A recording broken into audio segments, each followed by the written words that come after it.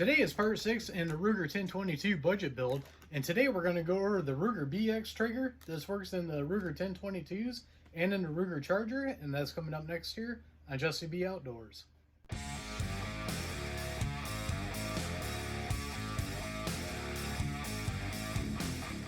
Welcome back, everybody, and don't forget to like, share, and subscribe. Hit that notification bell. Leave a comment down below if you like videos like this. So we're going over the BX trigger here from Ruger. This works in the 1022s and the Chargers. What we're going to do today is we're going to take it over to the table, unbox it, see what it looks like, and then we're going to put a trigger pull gauge on this and the factory trigger to see what the difference is. Then we're going to install it, and then we're going to just check out and see how it looks inside of it, and I'll tell you my thoughts on it. So let's go ahead and get started. Before we unbox this, I want to go over some of the features because there ain't much unboxing on this. The reason why Ruger built this, it's crisper, lighter trigger pull.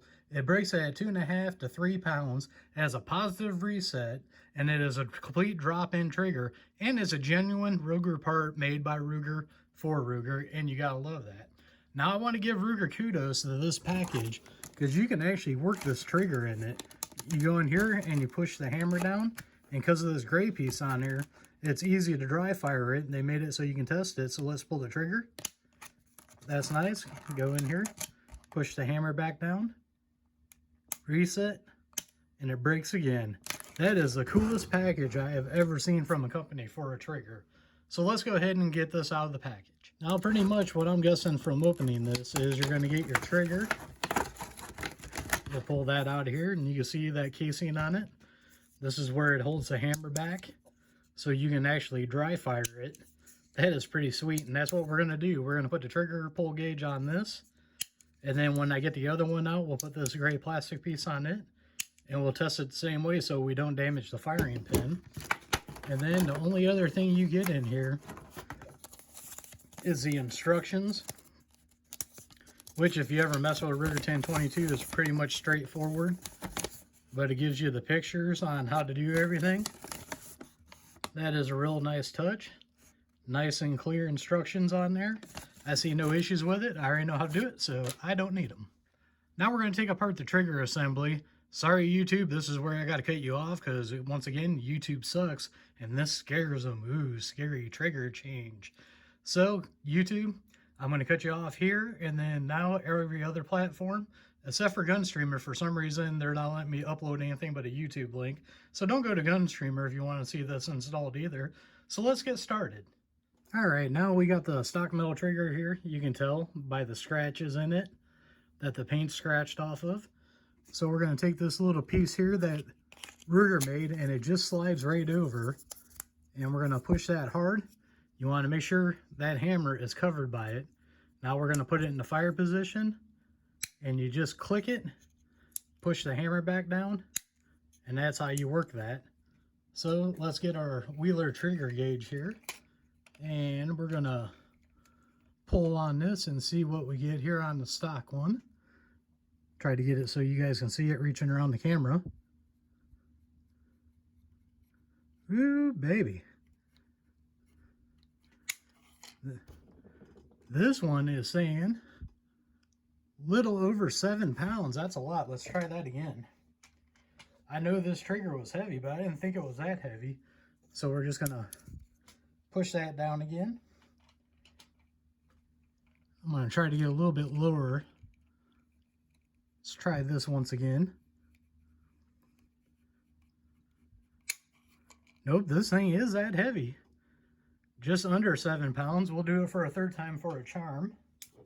I accidentally knocked the safety on, so here goes the third time. Get this reset here. Yep, that one just under 7.5 pounds on that. That is a heavy trigger. Let's get the new one out. All right, now we're going to slide this protector over here. I'd really like that Ruger did this because if you ever just want to take a trigger out and mess with it, that's nice to do. So let's go ahead and get started on this one and see what this one weighs. Get it out here where you guys can see it. I know this is upside down because I'm left-handed.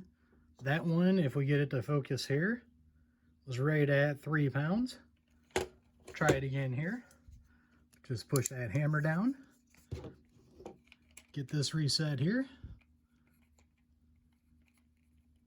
Pull on it again. That one was just a tad bit over 3 pounds. And we'll do it one more time for good measure.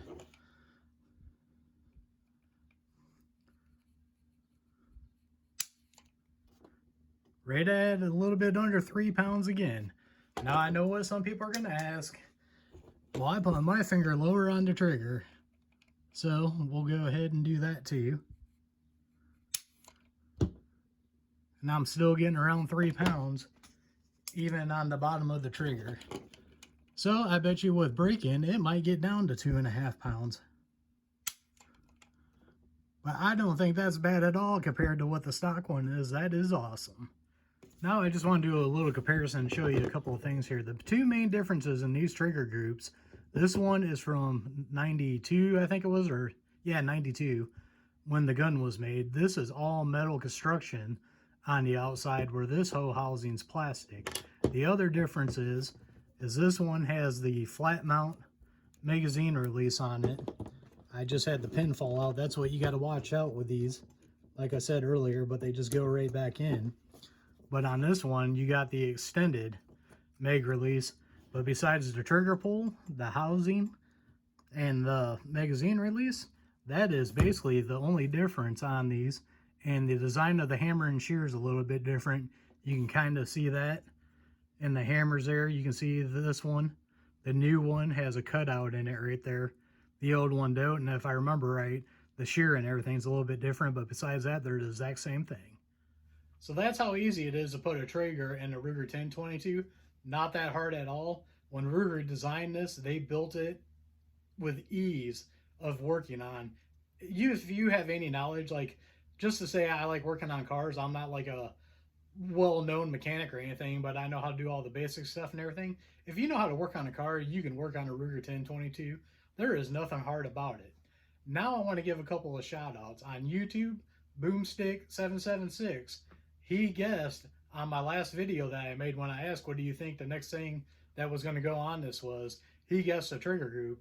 And then on Rumble, Walker X, he guessed it right. So I wanted to give you two a shout out for guessing what I was going to put on this next. So now the cost for the trigger. The trigger was $69 some change on eBay. I bought it off of eBay. Nobody local to me had it. And the best price I found on it with free shipping was on eBay. There'll be a link down below. I paid $69 and some change for it. I didn't think that was a bad price for prices nowadays. So that link will be down below for you guys to check out. So the build series on this is basically done. If I add anything else to it, like if I get a new charging handle or something, or a mag release or something like that, I'll do a video on that. But as the base series of this gun, it is over with now. So the next time you see this thing, we'll be taking it out and shooting it. I'm not going to do a break-in video because I think those are boring. Shoot one clean, yada, yada, yada. To me, that makes for a boring video, so I'm not going to go through that. But once I get it sighted in and broken, if you guys want to see an ammo test, because I got a bunch of different 22 rounds, if you want to see an ammo test and see what kind of groups we could do with this, leave a comment down below.